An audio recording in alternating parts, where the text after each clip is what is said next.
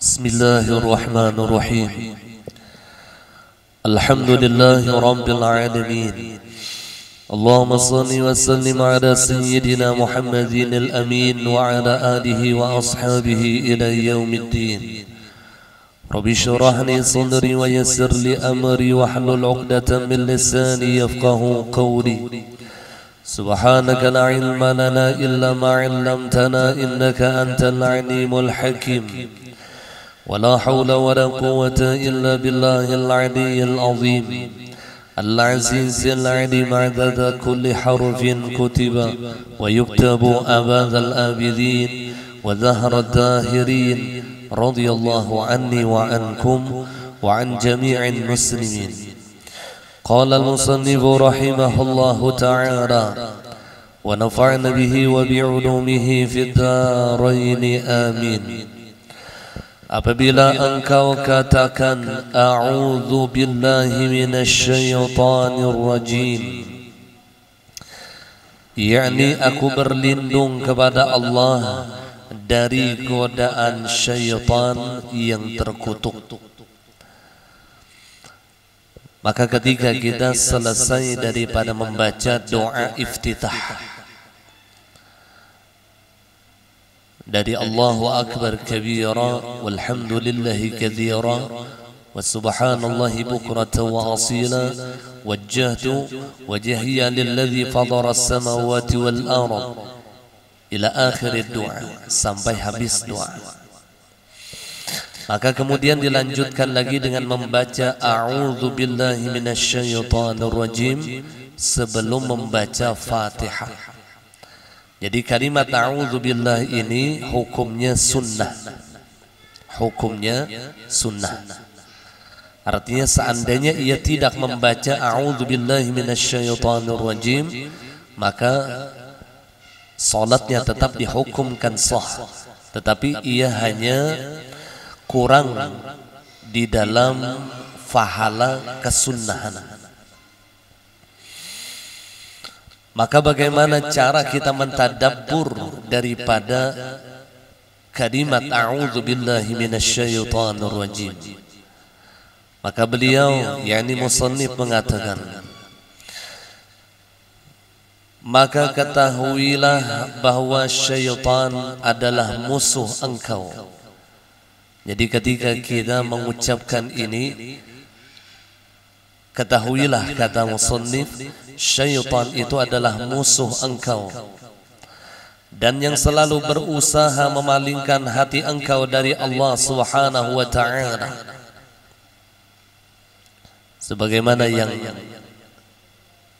tersebut di dalam Al-Quran, inna syaitan lakum adu fattakhidhuhu aduwan. Inna syaitan, bahwasanya syaitan bagi kalian kata Allah adalah musuh. Fattakhidhuhu aduwan, maka jadikanlah syaitan itu musuh kalian. Karena tujuan syaitan adalah memalingkan hati kita daripada Allah Subhanahu wa ta'ala. Jadi misi syaitan ialah kepada seorang hamba nih, ketika ia ingin mengerjakan salat, maka syaitan dengan sekuat tenaganya bagaimana caranya orang itu tidak mengerjakan salat. Itu misinya yang pertama. Bagaimana caranya agar si hamba ini tidak sujud kepada Allah. Dan ketika si hamba ini diberikan taufik dan hidayah oleh Allah, dan dia mengatakan as-salatu imaduddin, salat adalah tiangnya agama, sehingga tumbuh kekuatan di dalam hatinya untuk mengerjakan salat, maka syaitan tidak putus asa. Ketika orang tadi mengerjakan salat, Allah bisikkan di dalam hatinya, Allah bisikkan, dibisikkan oleh syaitan. Syaitan bisikan di dalam hatinya, ayo jah sudah ikam sembahyang, tapi belacu. Orang gitu ulang tak? Belacu ikam sembahyang. Dan ketika si hamba ini diberikan taufik oleh Allah, sehingga ia dapat tenang di dalam mengerjakan rukun-rukun salat, maka dibisikannya lagi oleh syaitan. Jadi syaitan ini salah satu sifatnya tidak pernah putus asa. Nah, ini yang paling bagus, termasuk akhlak syaitan adalah yang patut ditiru, itu kada pernah putus asa. Kada pernah putus asa. Ya Rasulullah. Cuman dipintangan kada baik. Nah, ini pulang yang luputnya tuh syaitan, dipintangan yang kada baiknya ini, nah yang kada pernah putus asa. Sedangkan kita diperintahkan la taqnatu min rahmatillah, janganlah kalian putus asa daripada rahmat Allah. Artinya di pintangan yang baik itu jangan pernah putus asa.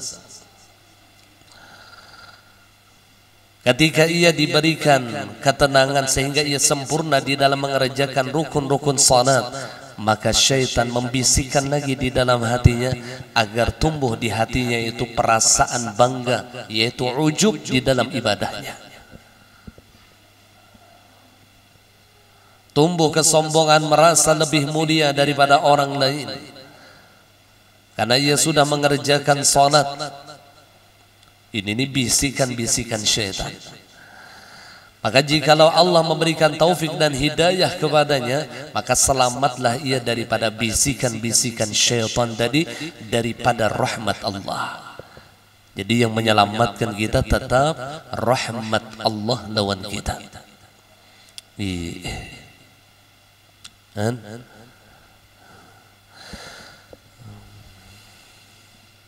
Maka ketahuilah bahwa syaitan adalah musuh engkau dan selalu berusaha memalingkan hati engkau dari Allah Subhanahu wa ta'ala, karena dengki engkau kepada engkau atas munajat engkau kepada Allah Subhanahu wa ta'ala.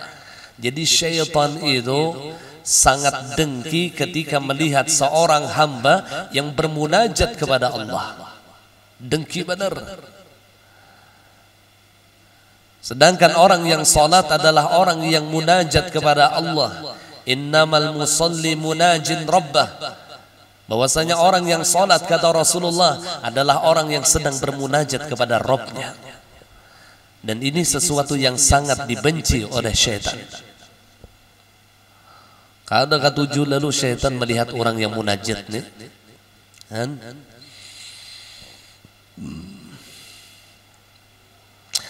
ketahuilah bahwa termasuk tipu daya syaitan adalah menyibukkan dalam salat engkau dengan mengingat akhirat dan memikirkan perbuatan akhirat untuk mencegah engkau dari memahami apa yang engkau baca. Nah, ini tipu daya syaitan. Jadi syaitan memasukkan di dalam hati kita mengingat akhirat. Modelnya kayak bujur aja lah, mengingat akhirat nih, mengingat alam barzakh, mengingat azab Allah, mengingat surga. Ternyata ini tipu daya syaitan. Menangis sembahyang keganangan lawan neraka. Allah, padahal luput tak? Karena ayat yang dibacanya tidak ada berhubungan dengan neraka. Tapi syaitan memalingkan hatinya. Tujuannya apa? Agar ia tidak lagi mentadabbur makna yang dibacanya. Ia bagaikan orang yang mabuk yang tidak memahami apa yang diucapkannya. Yang Allah mengatakan di dalam Al-Quran, apa? Wala taqrabus shalah wa antum sukara. Jangan kalian mendekati salat, kata Allah, sedangkan kalian dalam keadaan mabuk. Di sini banyak ulama mufassirin menafsirkan sukara di sini mabuk khamar kah? Mabuk apa? Ternyata ada sebagian ulama yang menafsirkan sukara di sini adalah orang yang mabuk dengan dunia.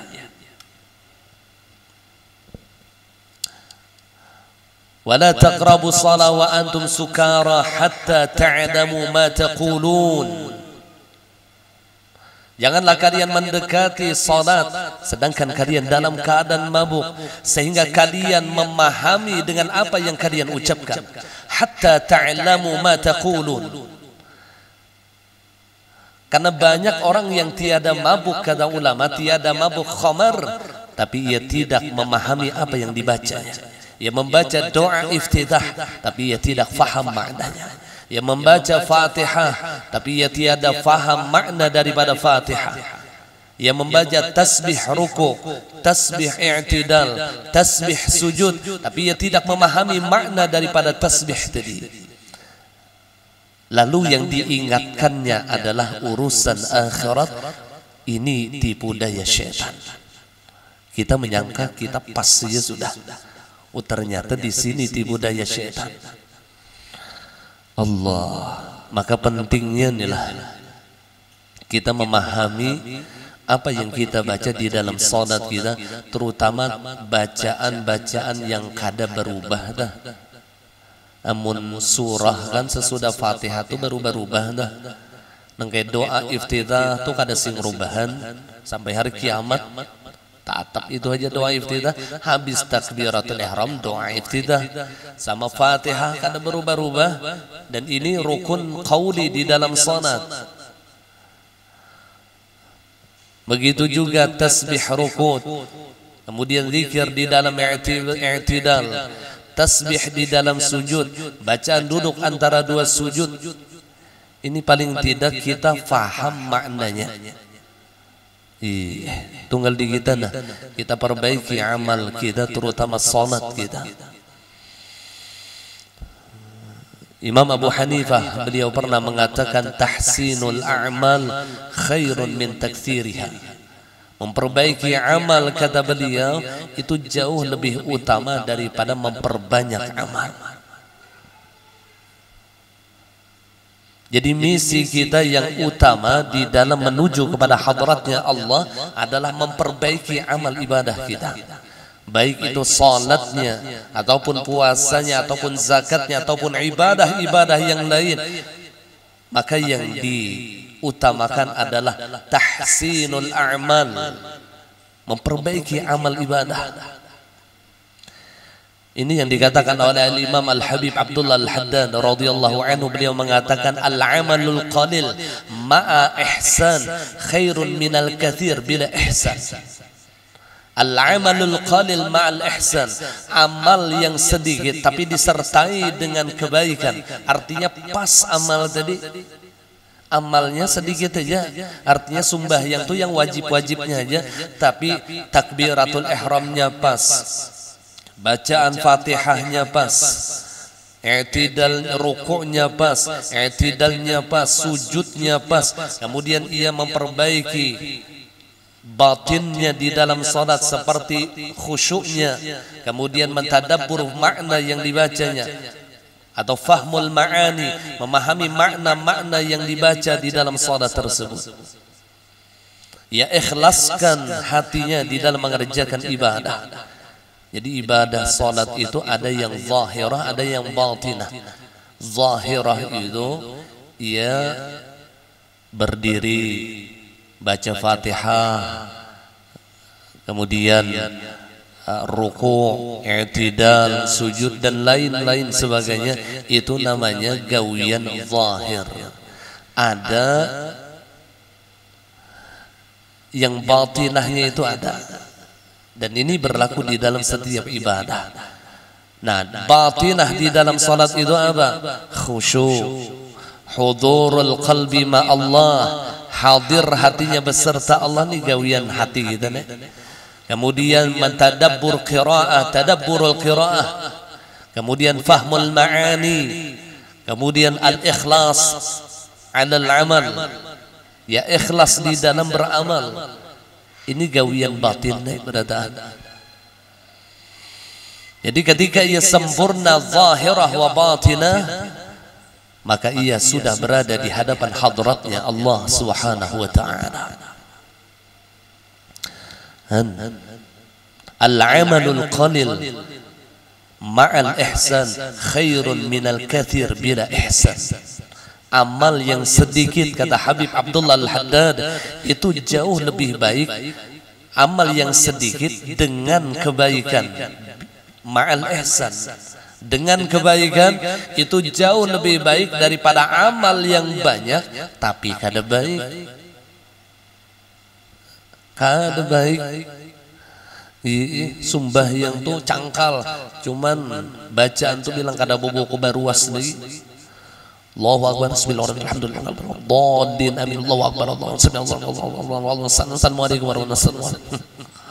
Ada buku baru lagi baca, cuman mun sembahyang duha, 12 rakaat sidin. Kadang 8 lagi. Witirnya 11 rakaat. Ya Allah ya Rasulullah. Rajin beribadah tapi gawiannya bila ihsan.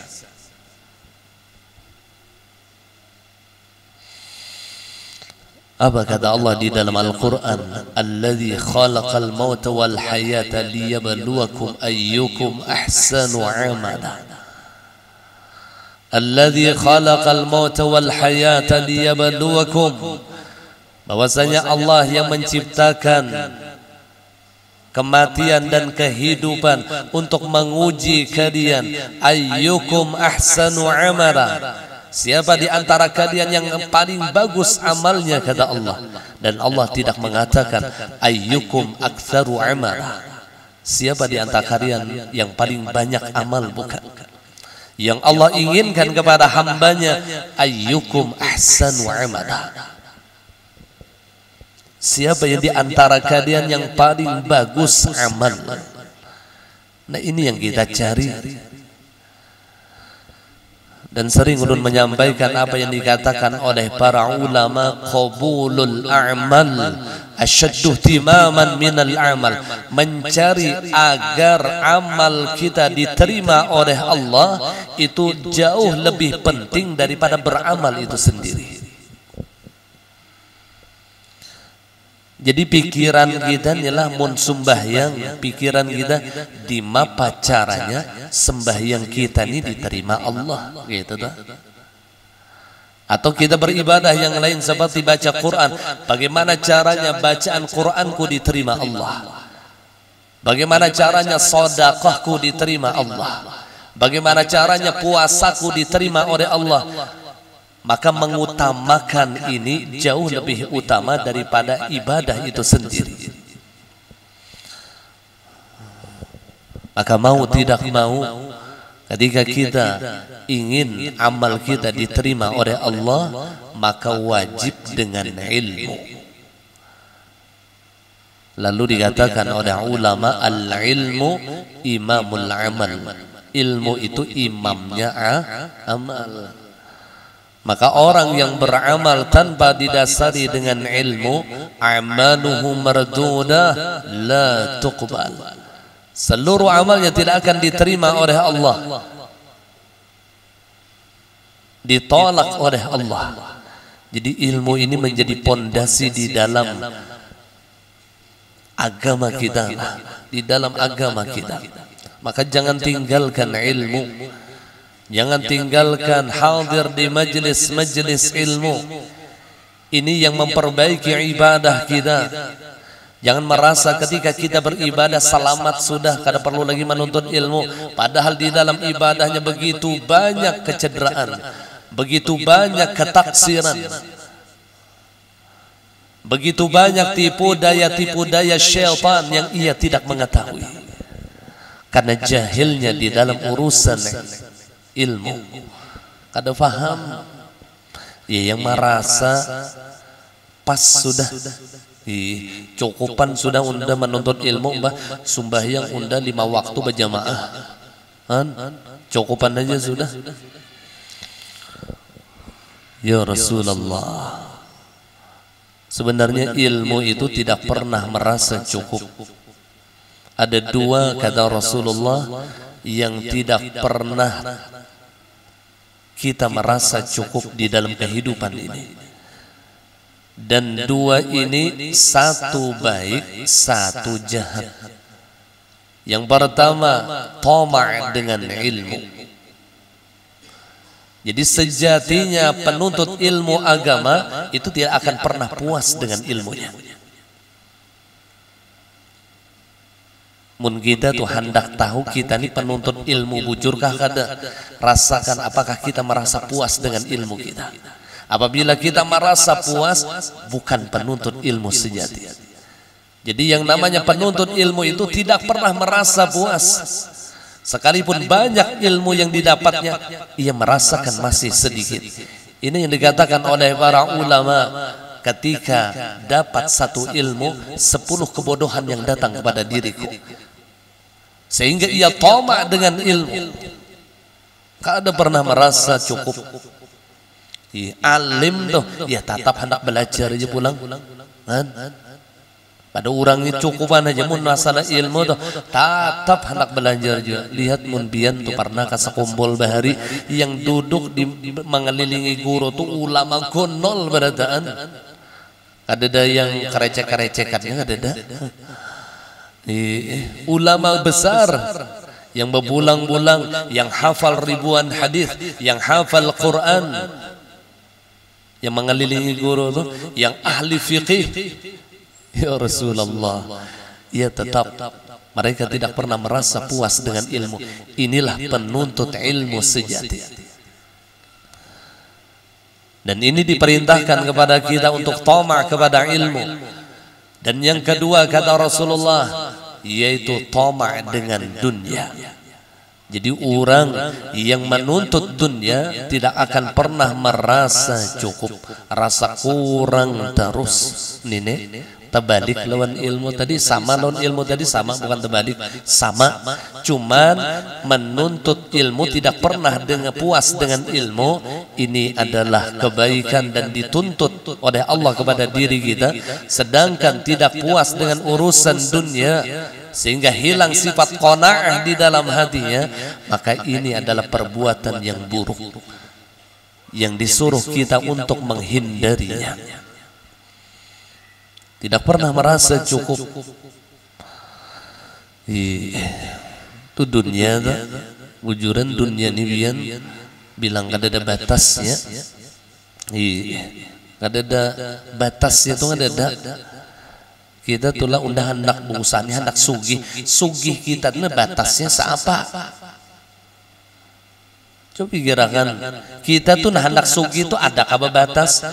Oke, bila unda sugih kita tuh nah unda bisa duit 2 miliar, nah itu ada batasnya tuh. Iya, tetap orang yang sugih itu tetap hendak mencari duit pulang. Padahal tabungannya tuh miliaran bahkan triliunan, tetap tidak pernah merasa puas. Itulah hakikat dunia. Dan ini akan menjerumuskan ia sampai pada akhirnya ia mati dalam keadaan hatinya mencintai dunia. Yang lalu sakit benar, sakit benar. Imbah ia disuruh untuk meninggalkan kekasihnya. Orang yang mati itu kan disuruh meninggalkan kekasihnya, yaitu dunia. Itu yang sedihnya bukan main. Kayak apa rumahku, kayak apa mobilku, kayak apa biniku, kayak apa anakku. Ini pacangan mati nih, maka ia ditimpa kesedihan yang bersengatan karena di hatinya dipenuhi dengan hubud dunia, sedih yang bersengatan. Lalu pengumuman telah meninggal dunia, jarhanlah. Jak pengumuman tadi itu ada suah ulun pernah mendengar lagi, telah membawa dunia, mau kamu kita. Ada pernah lagi pengumuman tuh membawa dunia, ada sabarataan meninggalkan dunia, sabarataan. Ada yang dibawanya, anak bininya ditinggalkannya, rumahnya, kendaraannya, mobilnya, rekeningnya, tanahnya dan lain sebagainya, seluruhnya ditinggalkannya. Yang dibawanya hanya amalnya. Ya Rasulullah,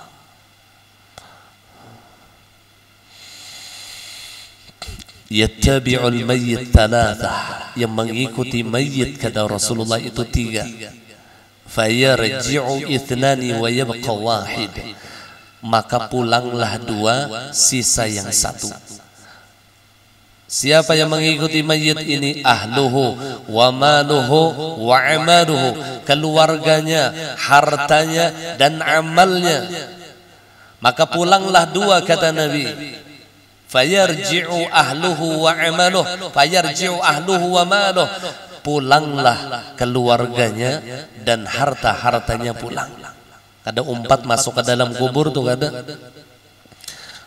Fayabqa amaluhu, maka yang tersisa, yang setia lawan ia hanya amalnya.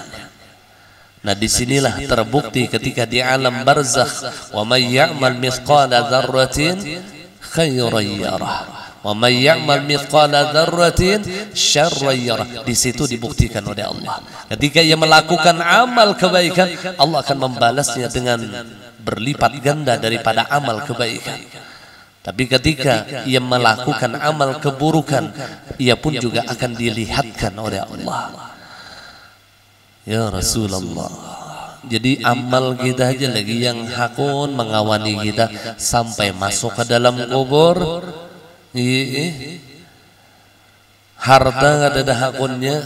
Jangankan harta yang gonol, gigi palsu aja dicabut orang.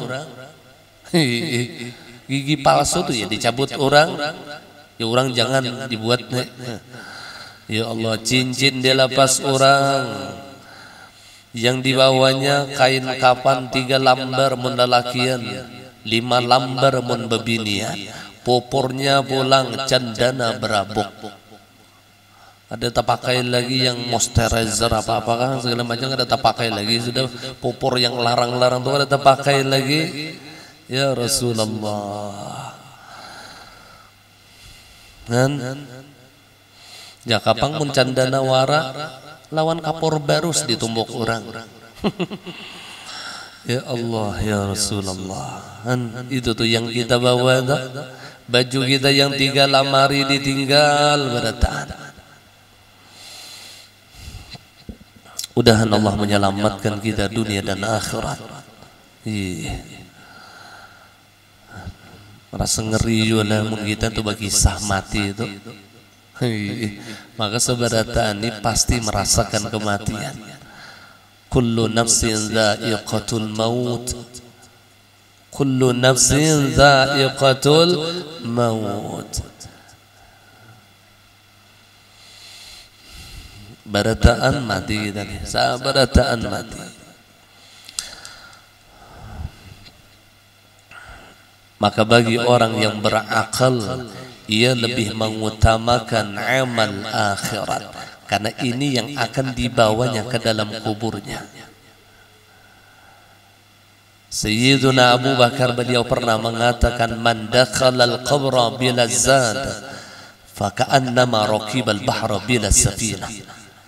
Barang siapa masuk ke dalam kubur tanpa membawa bekal, man dakhalal qabra bila zad, kada debisi amal saleh, sumbah yang kada, puasa bilang batal haya, bazakat pina pamalar mampus pulang, sarabanya bebacaan koler, zolim lawan orang gawian, ada dah sanggup apa-apa nih masuk ke dalam kubur. Faka'annama raqibal bahra bila safina, maka seakan-akan ia mengarungi lautan tanpa membawa kapal. Bakunyong kita nila menuju ke Subarang, bakunyong kira-kira nih selamatkah kada? Maka potensi selamat itu sedikit, ya kah? Para benar sampai buhaya madang. Para benar sudah kita lihat pelabuhan. Nah ya buaya. Ya Allah, ya Rasulullah. Mudahan Allah selamatkan kita zahir batin, dunia dan akhirat.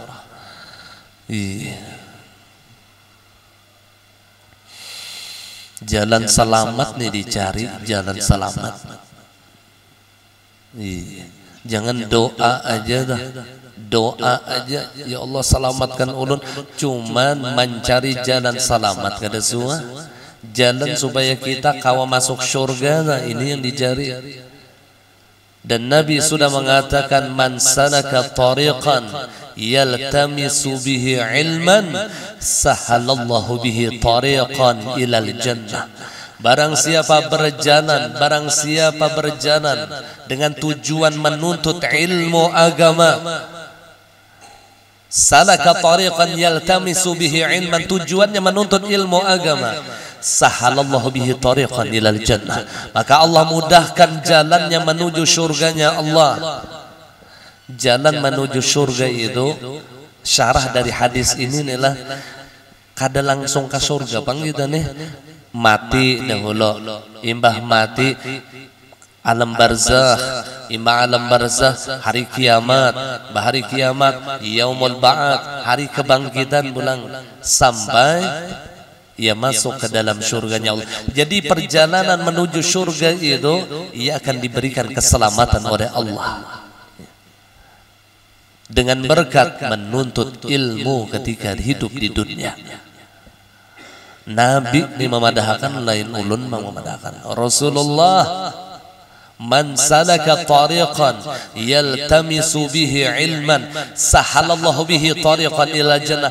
Allah mudahkan jalannya menuju surga. Maksudnya Allah mudahkan, Allah wafatkan ia dalam keadaan iman, Allah wafatkan ia dalam keadaan husnul khatimah, Allah selamatkan ia daripada azab munkar dan nakir, Allah selamatkan ia daripada fitnah kubur, Allah selamatkan ketika ia berada di yaumil qiyamah, sampai Allah mudahkan ia masuk ke dalam surganya Allah.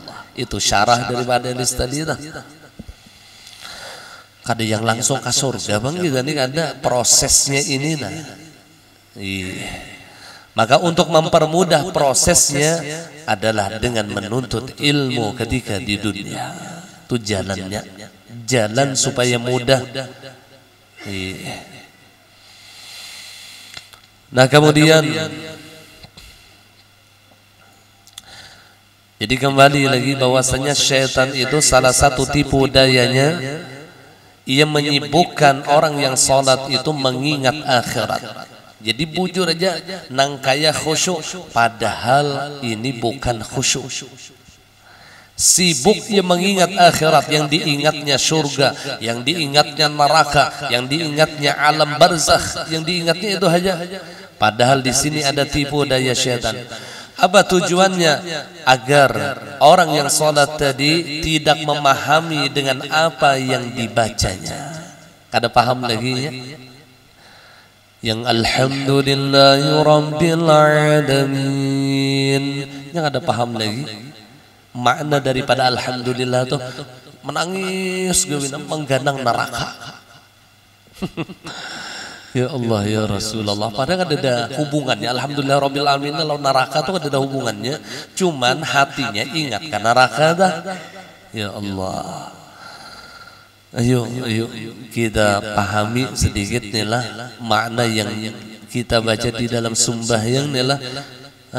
Musannif nih tunggal di kita, membimbing kita nih musannif agar kita bisa mentadabbur makna yang kita baca, mulai takbiratul ihram sidin pahamakan apa gerang makna Allahu akbar, sampai doa iftitah sidin jelasakan pulang seberataan makna daripada doa iftitah. Makna ini bukan harus terjemah, bukan. Kada yang harus diterjemahkan bang, kada. Paham tadi kada perlu diterjemahkan. Mau diterjemahan tuh Allah maha besar, a'udzubillah dengan aku berlindung kepada Allah daripada itu abut ngarannya. Bismillahirrahmanirrahim, dengan nama Allah yang maha pengasih lagi maaf. Alhamdulillah, segala puji bagi Allah. Ar-Rahmanir-Rahim, mau mana itu? Bukan menterjemahkan, bukan. Nah ini yang perlu dipahami. Jadi mentadabbur bacaan kita, mentadabbur, memikirkan apa gerang tujuan membaca ini apa. Mungkin kita tuh membaca a'udzubillahi minasyaitonir rajim, apa gerang maksud membaca a'udzubillah tadi? Artinya kita harus berhati-hati daripada tipu daya syaitan. Lalu kita berlindung kepada Allah daripada syaitan yang terkutuk. Itu tujuan a'udzubillah tadi lah. Ternyata salah satu daripada tipu daya syaitan yang samar, yang terkadang kita kada tahu, ingin menyibukkan pikiran kita dengan urusan akhirat sehingga memalingkan kita daripada memahami apa yang kita baca. Lalu kita bagaikan orang yang sholat dalam keadaan mabuk. Ia tidak memahami dengan apa yang diucapkannya. Makanya yang dikatakan oleh Allah, wala taqrabus shalah wa antum sukara hatta ta'lamu ma taqulun. Sehingga kalian, kata Allah, memahami dengan apa yang kalian ucapkan. Paham dah. Paham nih, kada perlu yang diterjemahkan tuh, ada perlu. Bila laki itulah menggawil lawan bini, melerek lawan mata, nah jangan laki. Paham bini, ya lalu aja betul lanjang. Henlah, bini pemahaman. Bila bini kada sing pahaman, tabuk gaguling, ya kada sing pahaman juga masih bini tadi. Ini yang mau kena. Bisi bini kada sing pahaman. Yang pemahaman tuh sekali gawil aja, ya Rasulullah. Ada juga yang mau lagi, yang bila umanya ajar apabila asyaraqal keluarkan susu, henlah ini mau lagi. Ini yang bujur harus pemahaman. Lalu pas ngaran mengundang orang pemaulidan asyaraqal, bini ini diamanahi bila orang asyaraqal keluarkan susu, ujar bini, oh oke, ujar bini oke. Sallallahu ala Muhammad.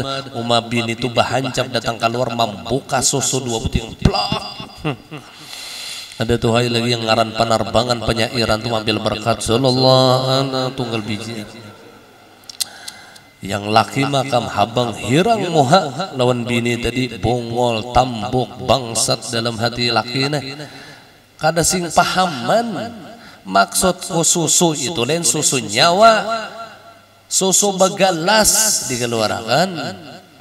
Bini ini pemahamannya susu iya. Ya Allah ya Rasulullah. Padahal juga bagian penerbangan tuh juga ambil berkat juga. Tahu juga.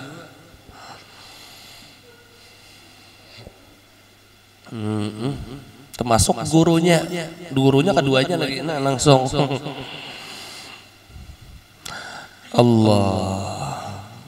Kemudian maka ketahuilah bahwa segala apa yang melalaikan engkau daripada memahami makna-makna bacaan engkau, maka itu adalah waswas.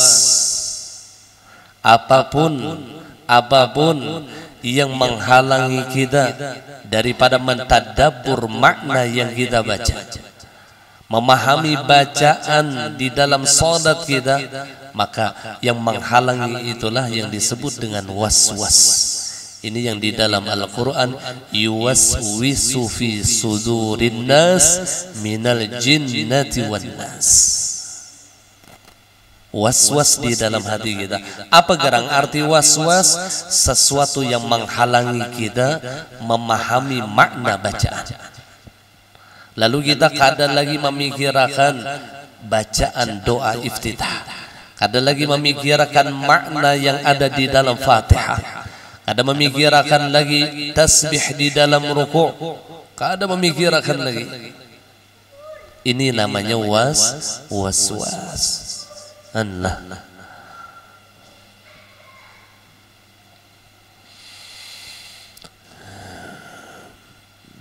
Tapi mun kita kada kawan nang kayak ini nalah, karena kita ni awam mana nih. Maka gantilah dengan menghadirkan hati kita beserta Allah. Jadi mengganti daripada fahmul ma'ani nih. Hadirkan di hati kita bahwasanya Allah yang menggerakkan dan mendiamkan kita di dalam ibadah. La muharrika wa la musakkina illallah. Tidak ada yang menggerakkan dan tidak ada yang mendiamkan kecuali Allah.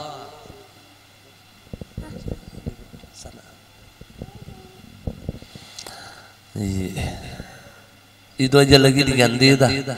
Kalau bang model nang kaya memahami makna ini berat lawan kita dah, berat. Maka fokuskan hati kita untuk muraqabah dan musyahadah. Itu tuh gantinya. Kada kawajua muraqabah dan musyahadah nih, kada kawajua tohok memikirkan Tuhan ya, kada kawajua, maka ini minimal khusyuk kata ulama. Minimal khusyuk, maka perbaiki ibadah kita. Jadi sibukkan pikiran kita dengan memperbaiki salat kita. Itu aja lagi. Sibukkan pikiran kita dengan memperbaiki salat kita. Bila orang takbiratul ihram tuh yang dipikirkannya nang kayak apa, angkat takbiratul ihram yang mengikuti sunnah Rasulullah. Nang kayak apa bacaan pas di dalam takbiratul ihram. Ketika ia membaca Fatihah, nang kayak apa caranya bacaan yang mujur membaca Fatihah. Itu tuh sibuk pikirannya memperbaiki salatnya. Nah itu minimal khusyuk. Mbak mentadabur makna kada kawa, hudurul qalbi ma'allah, hadir hati beserta Allah kada kawa juana. Ayo sibukkan pikiran kita dengan gawian ibadah. Maka tentu berhajat dengan fikih. Karena orang tidak akan bisa memperbaiki ibadah tanpa adanya ilmu fikih. Lalu belajar kita fikih dah. Nang kayak apa rukun di dalam salat. Bagaimana bacaan Fatihah yang benar di dalam salat telah. Bagaimana ruku' yang benar, i'tidal yang benar, sujud yang benar, bacaan tasbih yang benar, sampai salam yang benar. Itu aja disibukkan pikirannya dengan memperbaiki setiap rukun-rukun di dalam salatnya. Itu minimal khusyuk kata ulama. Bahkan ada kawa yang lain tuh ada kawa itu aja lagi sudah paling rendah tak? Hendak yang panangah tadi itu panangah tadi mengganang bila bergerak ingat Allah yang menggerakkan, bila berdiam ingat Allah yang mendiamkan, dan di dalam ibadah kada sunyi daripada gerak dan diam. Lalu ada yang ngarannya tuma'ninah. Tuma'ninah itu berhenti sejenak sesudah bergerak. Imbah ruku Allahu Akbar, berdiam itu na tuma'ninah dengarannya. Sami Allahu liman hamidah, bergerak berdiam. Jadi kada sunyi daripada gerak dan diam, dan yakinkan la muharrika wa la musakkina illallah. Tidak ada yang menggerakkan dan mendiamkan kecuali Allah. Ini yang panangah nih, panangah. Cuman harat nih. Dan di sini duduknya ikhlas, duduknya ikhlas di sini. Makanya ulama arifina billah mereka mendefinisikan ikhlas, al-ikhlas at-tabarri 'anil haudi wal quwwah. Ikhlas itu kata mereka berlepas diri daripada daya dan upaya.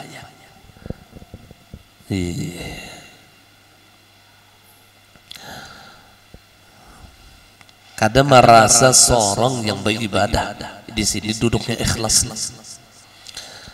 Lalu ia merasa di dalam pertolongan Allah, ia merasa di dalam perbuatan Allah. Kemudian karena gerakan lisan tidaklah dituju, tetapi yang dituju adalah makna-maknanya. Gerak lisan ini bukan menjadi tujuan, tetapi yang menjadi tujuan bagi hati kita adalah makna yang kita baca dengan lisan kita. Maknanya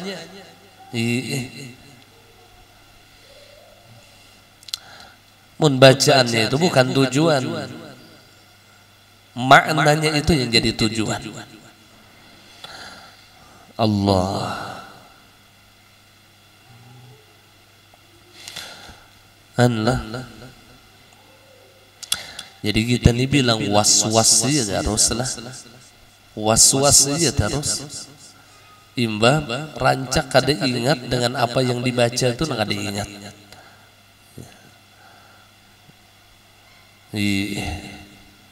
Ada yang kada ingat sudahkah baca Fatihah belum? Sudah ke Fatihah belum? Kada ingat. Allah was-was dengarannya nek. Ada yang kada ingat tasyahud.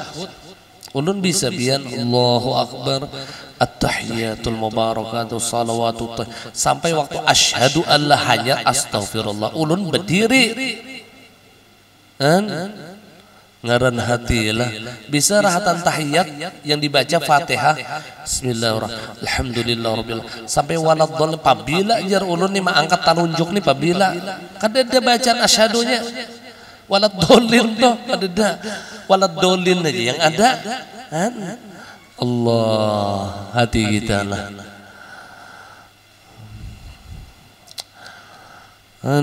Ini yang jar guru Zuli sembahyang maghrib bisa 7 rakaat. Imba kebanyakan hayalan. Kada keganangan lagi yang dibacanya, kada keganangan lagi model-model lalu sorongonan dah. Yang bismillahirrahmanirrahim lalu sorongonan aja. Kalau pangnya paham maknanya kada juga. Sadar, kada sadar sebenarnya mabuk waktu itu ya mabuk. Mbak lalu sorongonan kada sadar. Allah. Jadi sebenarnya yang dimaksud di sini kita membaca itu dalam keadaan sadar. Gitu dah. Itu.